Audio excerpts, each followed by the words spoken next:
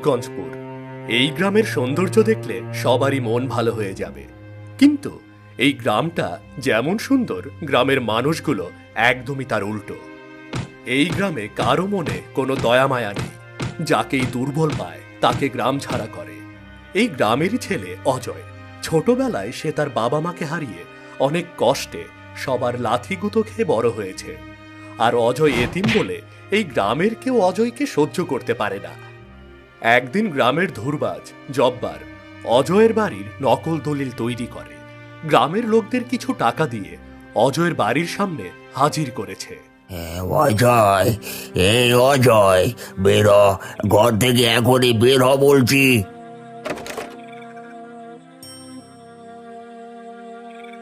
কি হয়েছে? আপনারা সবাই আমার বাড়িতে কেন? তোর বাড়ি মানে? তুই তো গতকাল টাকা নিয়ে তোর বাড়ি আমার নামে লিখে দিয়েছিস। এসব কি বলছেন? আমি কেন আমার বাড়ি আপনাদের কাছে বিক্রি করব? বাড়ি বিক্রি করে এখন কি ন্যাকামো হচ্ছে? এই বাড়ি বিক্রি না করলে জব্বার কাকা এই বাড়ির দলিল কোথায় পাবে? দলিল? আমার বাড়ির দলিল তো আমার কাছেই।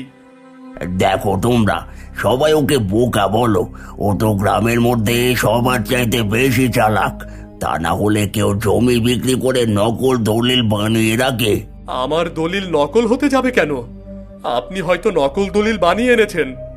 শুনেছি কানাইয়ের বাড়িটা এমন ভাবে আপনি দখল করেছেন। শুনলে সবাই কি বলছে? আমি নাকি কানাইয়ের বাড়ি জোর করে দখল করেছি। শোন অজয়, ওইসব বলে কোনো লাভ হবে না। আমরা ভালো করে জানি কানাই জমি বিক্রি করেছে বলেই কানাইকে বাড়ি ছাড়া করা হয়েছে। এখন তুই বাড়ি বিক্রি করেছিস, তোকে বাড়ি ছাড়তে হবে। কানাইয়ের মতো আমার আপন বলতে কেউ নেই বলে তোমরা আমার সাথে এমন করছো? আমি তো ভালো করেই জানি সব। কিন্তু মনে রেখো, তোমাদের এই অবিচারের শাস্তি একদিন সবাইকে পেতে হবে। হ্যাঁ হ্যাঁ, সে পরে দেখা যাবে। এবার বাড়ি ছেড়ে চলে যা, নয়তো কানাইয়ের মতো তোকেও পিটিয়ে বাড়ি ছাড়া করব। হ্যাঁ, যাচ্ছি। তোমাদের মতো এমন খারাপ মানুষদের সঙ্গে থাকার চাইতে মরে যাওয়া অনেক ভালো।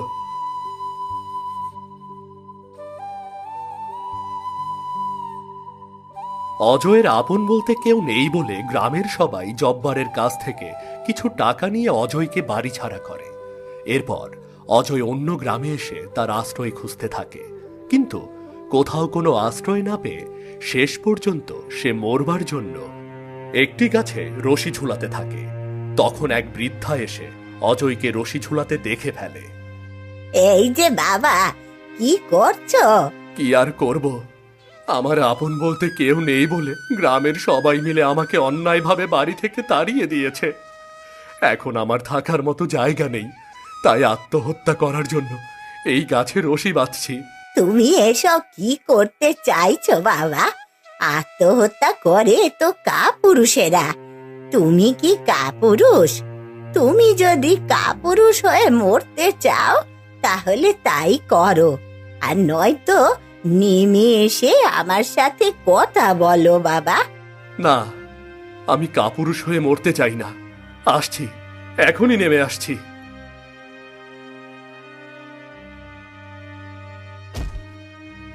তাহলে বলুন, এখন আমি কি করব? বলুন। কি করবে মানে? হয় তোমাকে তোমার প্রতিশোধ নিতে হবে, নয়তো সবার ভুল ধরিয়ে দিতে হবে। কিন্তু আমি তো একা। এমনিতে আমি ওদের সাথে লড়াই করে জিততে পারবো না। তাছাড়া ওরা কেউ আমার কথা বিশ্বাস করবে না। তাহলে তোমার একা থাকা চলবে না।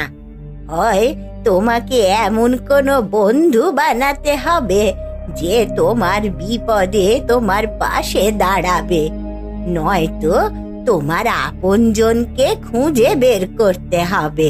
আমার তো আপন বলতে এই দুনিয়ায় কেউ নেই। তাহলে আমি কাকে খুঁজে বের করব? তাহলে তুমি বন্ধু বানাও যে তোমার বিপদে তোমার পাশে দাঁড়াবে। কিন্তু আমি সেই বন্ধু কোথায় পাবো? এসব গ্রামের মানুষগুলো তো সবাই স্বার্থপর। তাহলে অন্য কোথাও চলে যাও, দেখবে কাউকে না কাউকে ঠিক পেয়েই যাবে যে তোমাকে সাহায্য করবে। ঠিক আছে, তাহলে আমি তাই করব। আপনি আমার চোখ খুলে দিয়েছেন। এবার আমি আমার অধিকার আদায় করে নেব। হ্যাঁ, তোমাকে তাই করতে হবে।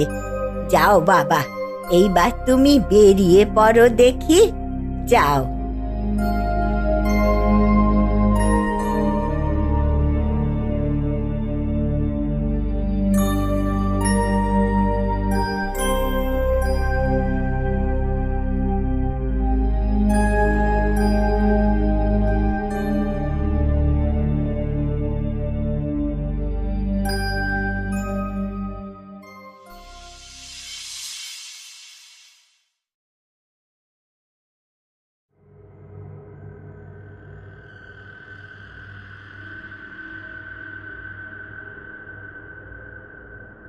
ওই তো, ওই পাহাড়গুলোর মধ্যে আলো দেখা যাচ্ছে। নিশ্চয়ই ওখানে কোনো লোকালয় আছে। যাই, ওখানেই যাই। আজকের রাতটা ওখানে কাটাতে হবে।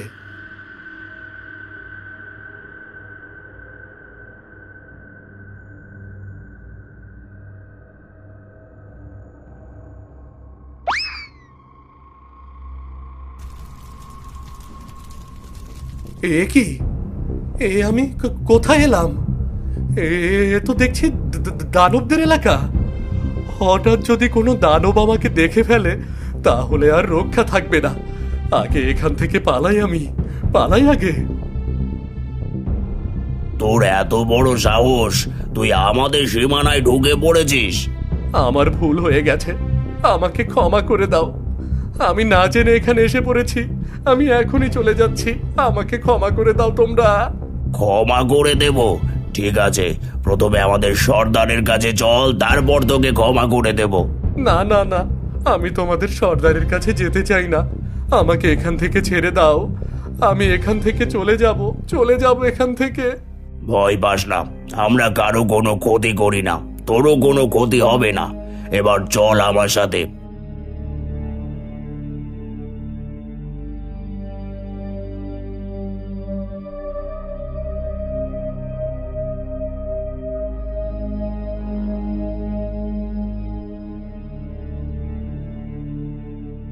সর্দার, এই মানব ভুল করে আমাদের সীমানায় প্রবেশ করেছে।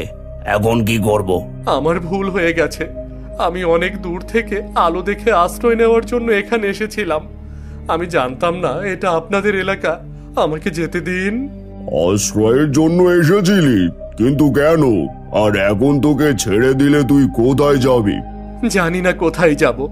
নিজের যে আশ্রয়টুকু ছিল সেটা অন্যায়ভাবে গ্রামবাসীরা দখল করে নিয়েছে। এখন দু চোখ যেদিকে যায় আমি সেদিকেই যাব। কি, তোর বাড়ি থেকে তোকে অন্যায়ভাবে তাড়িয়ে দিয়েছে? ঠিক আছে, তুই চাইলে এখানে থাকতে পারিস। আমরা দেখতে দানব হলেও আমরা কারো কোনো ক্ষতি করি না। আমরা শুধু এই পাহাড়গুলো পাহারা দিই। এখানে থাকলে তোর কোনো অসুবিধে হবে না। না, আমি এখানে থাকতে চাই না। আমার বন্ধু খুঁজতে হবে। বন্ধু খুঁজতে হবে কেন? বন্ধু দিয়ে কি করবি? আমার আপন বলতে কেউ নেই বলে গ্রামবাসীরা আমাকে তাড়িয়ে দিয়েছে। আমি এমন কারো সাথে বন্ধুত্ব করতে চাই যে আমার অধিকার ফিরিয়ে দেবে। বেশ, তুই তাহলে আমাদের এখানে কিছুদিন থাক। তোকে যদি আমাদের ভালো লাগে তাহলে আমরাই তোর বন্ধু হয়ে যাব আর তোর ন্যায্য অধিকার ফিরিয়ে দেব। সত্যি?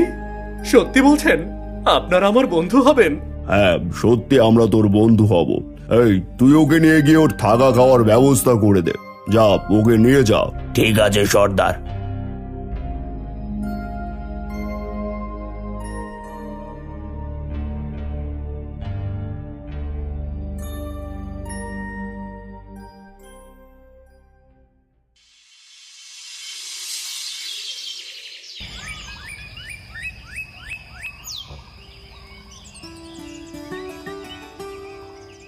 অজয়, এখানে থাকতে তোমার কোনো সমস্যা হচ্ছে না তো?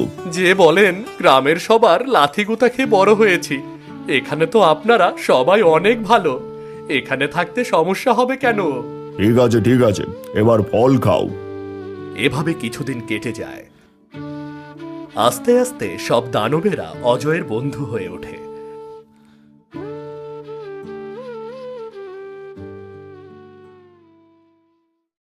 এদিকে গ্রামে হঠাৎ করেই ঘটতে থাকে ভয়াবহ ঘটনা। প্রতি রাতে গ্রামে কারো না কারো বাড়ি থেকে ছোট্ট বাচ্চা নিখোঁজ হওয়া শুরু হয়।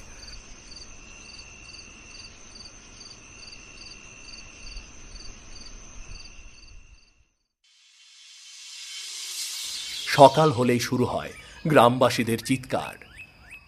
হায় হায়